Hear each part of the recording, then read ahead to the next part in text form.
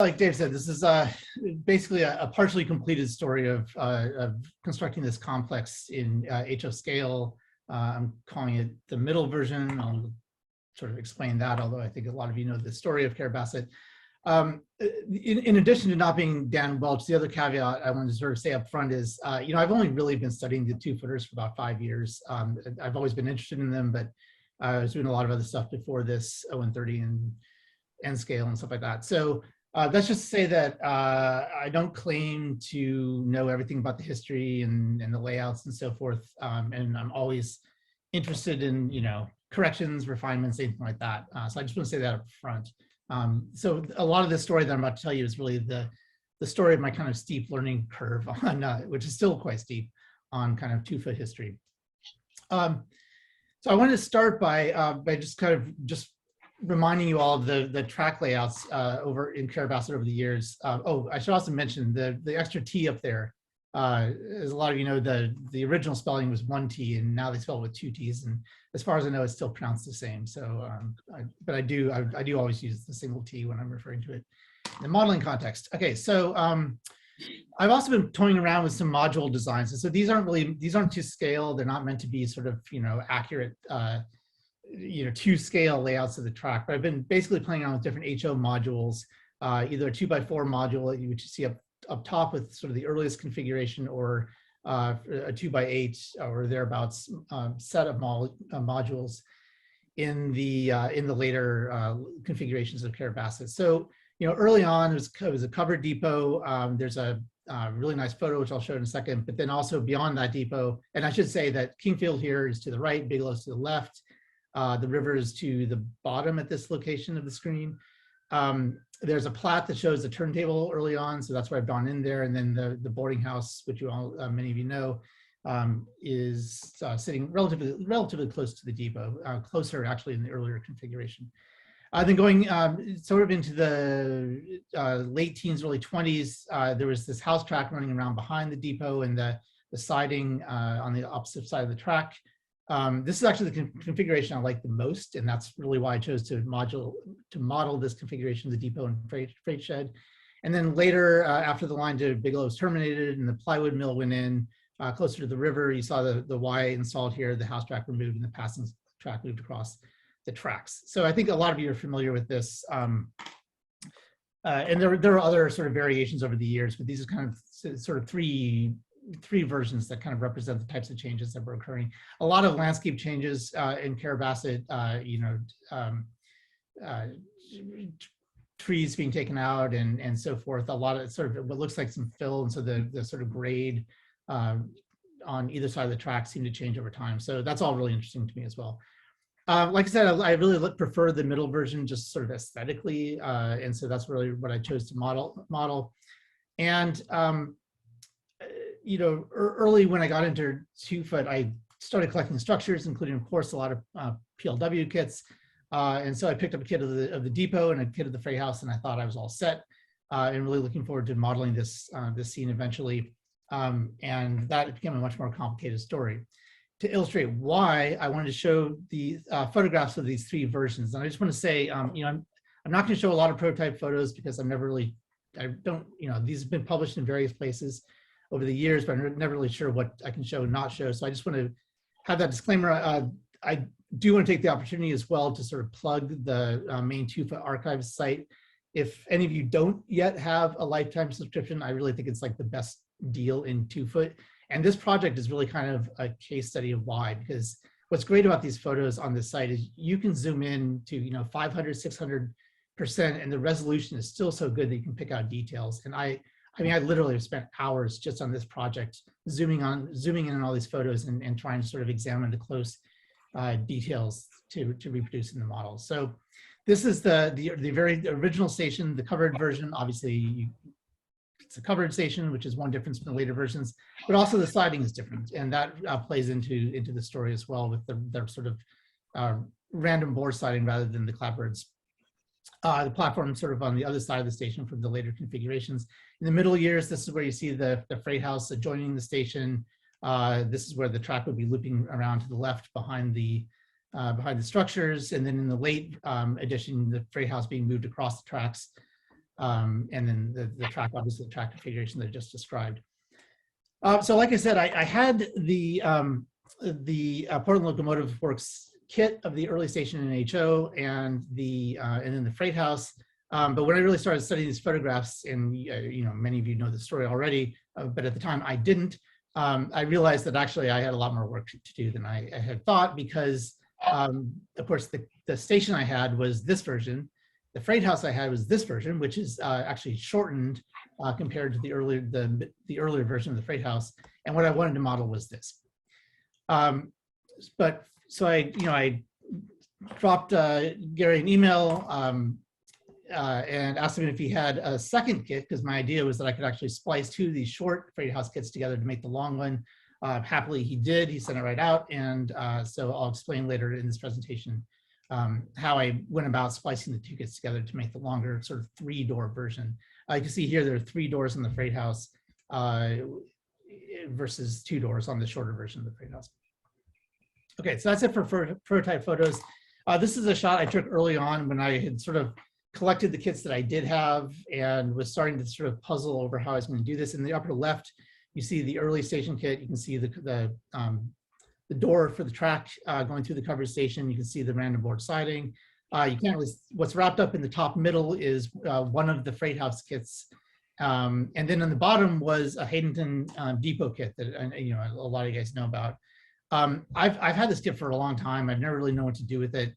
You know, it doesn't match any structure particularly. But my original idea was that I was going to be able to take the raw material from the Haydenton station structure, and then sort of either, you know, use the PLW kit as kind of a template, or sort of build the more modern siding around the core of the PLW structure. But the more I looked into this, the more I realized it was just not really worth the effort. And what I ended up doing was actually just scratch building the station walls entirely. But I do use some components from the PLW kit, and I'll talk about that in a second. I also want to mention Peter Barney's book in the upper right with the drawings. I didn't really use the drawings for like laying out the walls or anything like that, but I did actually find the drawings to be really helpful for just kind of doing kind of a gut check about the overall layout of the structure, the configuration of the operator's bay, and so forth. So I did find that to be useful. All right, moving on. So this is basically the 4 walls, the trackside walls at the bottom right, obviously with the bay, and then what I'll call the rear wall away from the track on the upper right. All 3 of these, 3 of the walls, except for the bottom right-hand wall, were made from styrene. The 6/6 windows are actually from Portland Locomotive Works, and the rest of the windows and doors are all 3D printed. And I basically pulled the measurements off photographs, actually imported photographs directly into my 3D modeling software and the drafting software rather, and drew them that way. So I don't know if they're close, but they appear close enough to my eye.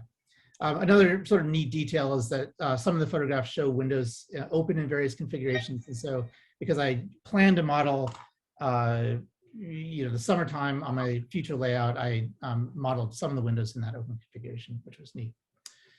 The back wall, I think is really interesting. And this is the last prototype photo I'll show, but it's one of my favorite photos of these structures for many reasons. So here you see on the back wall what I think appear to be shingles on the lower right. It looks to me like there are, but I may have got that wrong. It could have been the original random board siding. Appears to be what looks like an access door, sort of towards the middle of the back wall. And then are you referring to the freight house or to the? I'm sorry. Are you referring to the freight house or the depot here? Oh, the depot here is what I'm talking about. And you can also see the different windows. What's sort of interesting about the structure is that in the baggage side, which is the side away from you here, of the depot, it looks like the original 6/6 windows were reused, whereas in the passenger side, which is towards you, and also the operator's bay in the middle, or the office in the middle, it looks like there were sort of newer 2/2 windows that were also a little bit larger. So it was kind of fun to try to map that out and then model it. This is also a photo where you can see the freight shed in the background. And you can see that it's on piers. And in the earlier photo I showed where it was across the tracks, it's actually on cribbing. And so there's another difference between the early and late versions there. I also think that just the painting on the siding is really interesting here. Why what's the south wall there with the advertising sign that's pointing towards Kingfield. It's, it looked, at one point that platform actually extended across the face of this end wall. And so it looks like it was cut back after they actually painted the structure. That's sort of my theory for why you have the more faded paint below and then the newer band of the red underneath the window, between the window and the platform. So a lot of really interesting details, the advertising signs, the extra chimney on the back above, on the back wall above those, where that access hatch is. I mean, it's all, I just find this kind of detail work really, really interesting. So then, right, so then basically, I talked about how 3 of these walls were in styrene. I sort of had a crisis of confidence with my scratch building skills and decided that rather than trying to scratch build the operator's bay, I would just try to 3D print it. I've had a printer for a while and made a few things, and I've done a lot of 3D modeling for set design work in my past, so I'm pretty proficient with that software. So the operator's bay came out really well, and so in fact it came out so well that I decided to try doing the entire wall with 3D printing, and that's what you see here. It's actually in 3 sections. So here's obviously the bay, and then the left and right sections are separate. The trouble with doing it this way is that it's really hard to print things like big, flat, thin things like this without getting a lot of distortion. Nowadays, I actually use a lot more supports than I show here, but there is a little bit of distortion here. What I ended up doing is actually printing the walls a few inches longer, and then after they were printed and cured, I actually sanded them back to the correct size in order to get rid of the distortions on the end. Here's what it looks like assembled, and actually down here at the bottom middle, you can see there's some distortion here, but that's obviously going to be covered by the platform, so I didn't really worry about that as well. And you can see a couple of the 3D printed doors here too. So this is what it looks like, what it looked like with the walls all assembled and painted. I've started to sort of mock in some interior walls, which again, I'll show you in a second. I stuck on one of those neat blue Carrabasset signs. That's just printed on a printer, and then you just touch up the edges with matching paint. Really pretty easy to do. What else to say about here? Not much else to say about this. Oh yes, one more thing to say about this. I figured somebody would either ask or be curious. Paint color is always a matter of debate. What I tried to do, I took some Vallejo paints that I had on hand and just tried to match the photos that Chris McChesney had posted, I think on the SN2 list, to the best of my ability. Obviously, it's an imperfect science because you're looking at the screen and trying to compare it to what you've got in front of you. But that's what I came up with. And if anybody's curious or wants that information later, I can let you know. Dave mentioned the interior. Maybe some of you do. I have no idea what the interior of this depot actually looked like or how it was laid out. So what I basically did is just try to sort of follow a typical rural practice for a depot like this. Again, with the office in the middle, the baggage freight or the freight section to the right, and then the passenger section. So this is just sort of my kind of fantastical best guess of what this would look like. I had to jog that wall because I think I put those 2 6x6 windows in back too close to the center. That's kind of my thinking right now. So I sort of had to jog the wall to get around it. But that gave me an opportunity to have a couple of tubes in there to run lighting up for when I install lighting later on. The other thing I want to say about this image is that actually the barrels and crates are from Bar Mills, but almost all the furniture is actually just 3D printed. The downside of having a 3D printer is that everything starts to look like a 3D print. And so I basically raided some online sites for files, that people just made available for free and just started printing out desks and benches and whatnot. The chairs are really neat. And I wanted to show you a close-up of these. For those of you who do some of this 3D printing stuff, these are just printed directly on the base plate. There are no supports or anything. This is literally the way that they look coming off the printer. They have those little feet on the bottom, which are actually designed to snap off, although I left them in place just to have more gluing surface. But I just thought those were kind of cool, so I wanted to show those. So again, just if anybody has any more information on what the interior would have looked like or other conjectures, I'd be very happy to hear suggestions. The other thing I should say about this, I'm not trying to build a contest model here. It's just to give some representation of an interior for when the structure's lit up at night. So I wasn't too concerned. I mean, the walls are just painted on. There's no texture, and I obviously didn't do a lot of the interior for anything. But I'm not going to be too concerned about that. I'll get back to some of the posters there in the back later on too. So I mentioned the advertising sign in the earlier photograph, and I actually sent Jerry DeVos a note because he, in his new book, he lamented that this sign was not actually legible. But on the Maine 2FM archive site, you actually can zoom in on it and get some sense of what it might be. And I assume I'm correct, that it's actually a sign for Kuhn's Ice Cream, which I believe is produced in Lewiston. And so I couldn't find an exact replica online of the sign, but I just chose a different one that I liked and stuck it up there. Put another sign in a location where there's some kind of poster or sign on one of the views of the structure.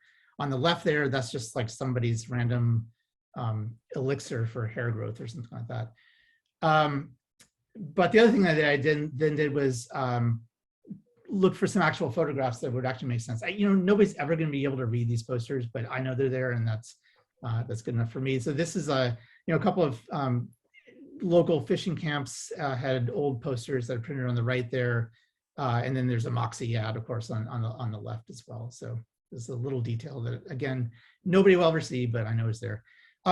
I did use the roof components from the PLW kit. So this is the trusses and the roof panels. I sort of, because I designed the walls to accounting for the different thicknesses, I designed the walls to match the walls in the PLW kit. I could just basically reuse the roof. So eventually, this isn't shingled yet. Eventually I'll do that. And I need to add lighting, but the roof is removable, which is nice. So if I ever do decide to change the interior, I can. Okay, moving on to the freight shed. So like I said, my goal here was to kit bash the long freight shed from two of the short kits. This kit is, it's like all PLW kits, it's just exceptionally well designed, and everything fits like a glove. The inner core was just a snap to splice together, and that's what you see there in the background, and you see the siding that gets laminated in the front. You can see here, this is my usual technique of measuring once and then cutting once, but that gap won't be visible, of course, in the final structure. I kind of sat around and puzzled about this for a long time because I was not sure how I was going to actually splice these wall sections together without the splice being visible. But then it sort of hit me one morning that if I just made the cuts around one of the door openings and actually did it to match the ends of the boards or the nail holes, then it would be a relatively seamless joint. And so that's what I did here. You can see up top how I cut the walls out to match the siding grooves, and then put them together. And then this is the final result here, and it's basically invisible. So this is basically still where the structure's at, actually, with the windows and doors and the trim installed. I haven't really done anything more on that yet because I moved on. I actually did this first and then moved on to the depot, and I'm sort of working my way back to this structure. But what I did want to talk about is the coloring of this kit, because I used a technique that was described in a couple of issues ago in the Gazette, which I thought might actually work really well here. So the freight shed was, as far as I can tell, it was never painted. So it's just bare wood. You see a lot of this sort of streaking of the siding, sort of the different boards being lighter or darker. Even the trim, I think, was not painted, because you can see in the photos, they're really knotty. There are a lot of knots. Really looks like kind of rough cut lumber in a lot of cases. So I was trying to replicate that kind of modeled sort of streaky effect where the boards had different shadings and tones and so forth. The Gazette article was an article about building a waterfront scene, and there was a barge in the article. It was, and this is just a minor there's sort of an aside about how he did the coloring. And he basically just spray painted bare wood black, just completely black, and then used steel wool to rub it off until he got the weathering effect he wanted. And it had that kind of streaky look that I was really after for this structure. And so I tried that. And I just want to show you a couple of first, here's the prototype. Here's the end wall. And you can see what I'm talking about the streakiness here of the boards, the sort of knots on what looked to me to be knots on the trim and so forth. And this is where I'm sort of heading with sort of the end result of this effect. This was one of my first tests where I was just doing a trial run to see if it would work. Again, you just spray paint the bare wood black and rub it off with steel wool. The little piece here in the foreground had an additional wash of India ink or something put on top of it. And I was just comparing it to some of the traditionally stained docks that I've done in the past. And I really liked the effect. The problem I thought was that it was actually too even. And so the way I solved that is a little drastic, but I did another one of my modeling techniques, which is that I dove into my kids' art supplies and found a couple of markers that I thought would work. And the idea here, and you've seen this technique before, I'm sure, but it's just to sort of do some coloring underneath the final coat to give some variation to the final boards. And then to get the really light boards, I actually masked some of the boards with tape so that they wouldn't actually get any of the black paint at all. That's obviously, I mean, one thing I'm good at is spray painting things black, so that was handy.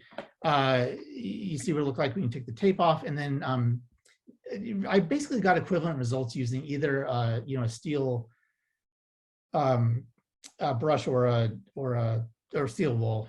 What I will say about this technique, though, is that like you have to scrub these pieces. I mean, it does not come off easily. So I mean, this is probably 10 minutes of work scrubbing with steel wool to get the effect you see in the lower right here. Is it worth it in the end? I'm not sure it is, but because you can get the same effect with a bunch of other techniques. But it was fun to try and kind of have it sort of in the arsenal for future projects. So again, that's the final result of doing this coloring. I did sort of do washes on top, a couple of paint washes on top, because the boards that had been masked were really just too stark, too light. That's the final result of the freight shed. It obviously has to sit on something. I referred to the piers earlier, and this is just a view of the base that I've been working on. Again, the piers here are 3D printed because I just don't trust myself to make piers that are vertical and even and so forth. And so doing it this way in sets of 3, I was able to to ensure that they would be relatively even. They're still not even, but they're more even than if I tried to do it by hand by cutting a bunch of strip wood. The braces are actually strip wood, so it's only the piers that are 3D printed in that shot. So again, that's just a reminder of how it all looks at the moment assembled. I don't have much else to say, so I'll just stop here. But again, I still need to do the shingles, scenic around the base, and of course build the platform, which are 3 of my, well, particularly the platform and the shingles are 2 of my least favorite modeling activities. So it's kind of been stuck in this phase for about a month while I'm trying to work up the courage to do those other steps. So that's where I am. Thanks. Well, John, if I'd known you had no confidence in your modeling, I would never have let you do the clinic. Only the shingling. That's well, you said you had to 3D print everything. That's, by the way, not an easier it's not a shorter way of doing things is what I tend to find. I'm still sort of learning how to print things, so it takes just as long to 3D print something as it does for me to scratch build it. But the results. What CAD software are you using? So I use, and I may have said this to a couple of you, I wouldn't recommend this to anybody, but I use SketchUp because I've used it for 15 years for theater design work. It's not ideal for, you have to use a lot of plugins to get the files for 3D printing and so forth, but I'm proficient and I can draw stuff up pretty quickly. It's the figuring out the supports and the orientation to print it. That's the stuff that really takes a lot of trial and error for me. Yeah, and you don't do that in SketchUp, you do that in the slicer, right? Yeah, I mean, a lot of that kind of stuff, right? It's exactly as in the slicing software. And are you using an Elegoo Mars or who's your printer? I have everything I do is on Anycubic Mono 4K. It's about $200 right now on Amazon. I'm looking to upgrade to one of the newer machines pretty soon, but that's, so far it's been good for 90% of what I want to do. Okay. And whose resin, if I may ask, John?